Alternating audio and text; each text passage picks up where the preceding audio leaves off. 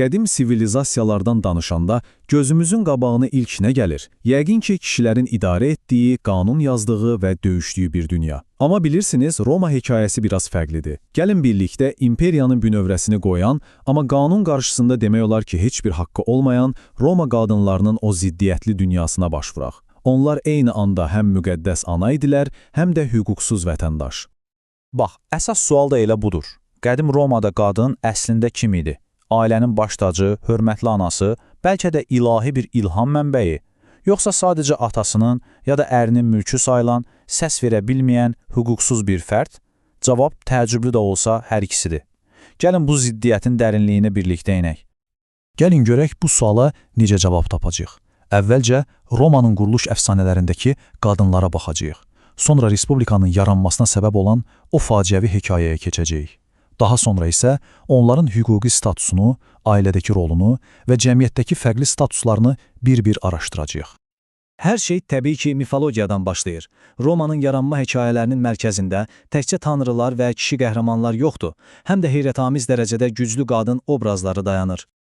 Bəli, düz eşitdiniz. Romanın quruluş hekayəsi birbaşa bir qadına, Vest rahibəsi Rhea Silviaya bağlıdır. Əfsanəyə görə o, savaş tanrısı Marsdan hamilə qalır və Romanın qurucuları Romul və Remusu dünyaya gətirir. Bir anlıq təsəvvür edin. Əgər o olmasaydı, nə Roma mifologiyası olardı, nə də bəlkə elə Romanın özü. O, sözün əsl mənasında bütöv bir imperiyanın anası idi.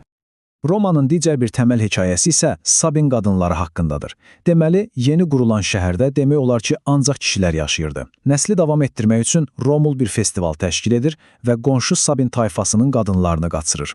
Hekayə bir zorakılıqla başlayır, amma sonu inanılmazdır. İllər sonra Sabin kişiləri qisas almaq üçün Romaya hücum edəndə döyüşün tam ortasına atılanlar elə həmin qadınlar olur. Düşünün, bir tərəfdə ərləri və uşaqları, o biri tərəfdə ataları və qardaşları. Onlar bu iki ordunun arasında dayanıb müharibəni dayandırır və iki xalqı birləşdirirlər. Plutarx kimi qədim yazarların bu hadisəyə necə yanaşması isə çox maraqlıdır. Onlar bunu sadəcə bir qız qaçırma kimi yox, Romanın gələcəyini quran, iki xalqı bir-birinə bağlayan təməl bir hadisə kimi görürdülər. Bu hekayədə qadınlar qurban olmaqdan çıxıb sülh yaradıcısına çevrilirlər. Yaxşı, gəlin mifologiyadan real tarixə keçək. Və burada da təəccüblü deyil ki, Romanın taleyini dəyişən hadisənin mərkəzində yenə bir qadının isməti və faciəsi dayanır. Gəlin sizi Lucretia ilə tanış edim. O sadəcə bir qadın değildi. O, Roma üçün ideal arvadın, ismətin təcəssümü idi. Əri müharibədə olanda başqa qadınlar əylənərkən o evdə oturub qulluqçuları ilə yun əyirir, ailəsinə və evinə sadiqliyini göstərirdi. O, Romanın ismət idealı idi. Baxın, bir şəxsi faciənin necə böyük bir siyasi inqiloba çevrildiyini addım-addım izləyək. Kralın oğlu onun ismətinə heyran olur və ona təcavüz edir.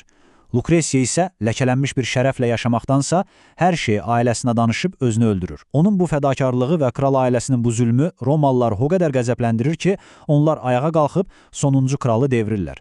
Və beləcə, eramızdan əvvəl 509-cu ildə Roma Respublikası qurulur. Bir qadının şərəfi bir respublikanın doğuşuna səbəb olur. Deməli, gördük ki, qadınlar nə qədər güclü simvollar idi. Yaxşı, bəs reallıqda, qanun qarşısında onların vəziyyəti necə idi? Bax, burada reallıq çox fərqli idi. Roma hüququnda hər şey bir anlayışa bağlı idi. Patria potestas. Bu, atanın gücü deməkdir və ailənin kişi başçısına, yəni pater familiasa, təkcə öz övladları yox, nəvələri, hətta onların ailələri üzərində belə mütləq hakimiyyət verirdi. Bir qadın doğulduğu andan etibarən atasının ya da ailənin kişi başçısının tam hüquqi nəzarəti altında idi. Bəs evlənəndə nə olurdu? Adətən, bu hakimiyyət manus vasitəsilə atadan ərinə ötürülürdü.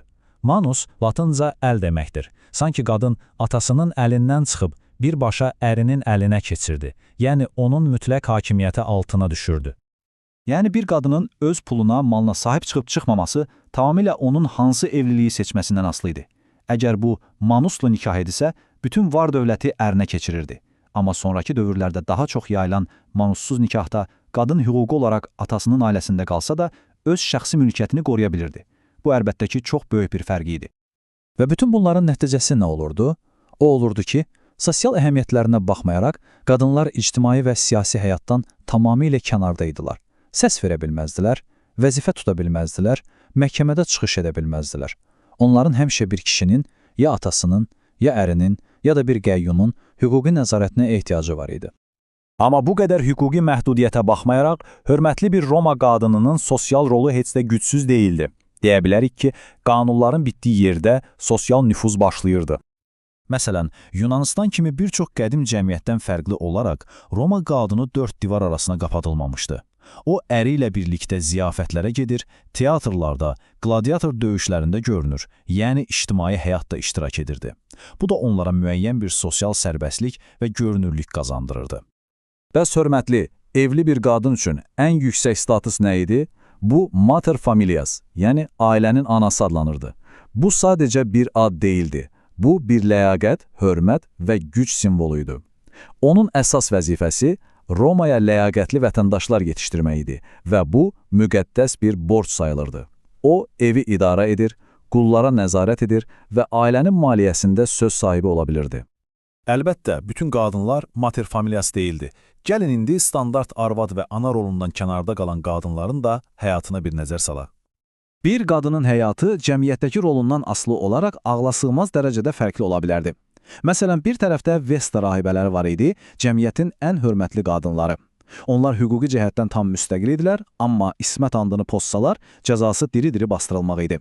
Dul qadınlar bəzən müstəqil ola bilsələr də, qanun onları yenidən evlənməyə məcbur edirdi. Ən aşağı təbəqədə isə heç bir hüququ olmayan, sadəcə bir mülk sayılan kölə qadınlar dayanırdı.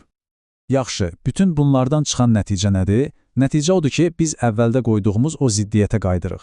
Roma qadınları bir tərəfdən cəmiyyətin mənəvi sütunları, imperiyanın simvolik anaları idi, amma digər tərəfdən qanunun onlara verdiyi birbaşa güc demək olar ki, yox idi. Bax bu, Roma qadınının böyük paradoksdur. Onlar imperatorlar dünyaya gətirə bilərdi, bir respublikanın yaranmasına ilham mənbəyi ola bilərdi, amma həmin respublikanın idarə olunmasında heç bir səs haqqı yox idi. Onların gücü birbaşa deyildi, dolayısıyla idi. Oğulları, ərləri və o simvolik statusları vasitəsilə həyata keçirilirdi. Və bütün bunlar sonda bizi bir sual üzərində düşünməyə vadar edir. Rəsmi hakimiyyət olmadan da nüfuz sahibi olmaq mümkündürmü? Hörmət görən, amma eyni zamanda məhdudlaşdırılan bir qrupun cəmiyyətdəki yeri haqqında bu qədim hekayə sizcə bizim müasir dünyamız barədə hansı fikirləri aşılayır? Bu, həqiqətən də üzərində düşünməyə dəyər.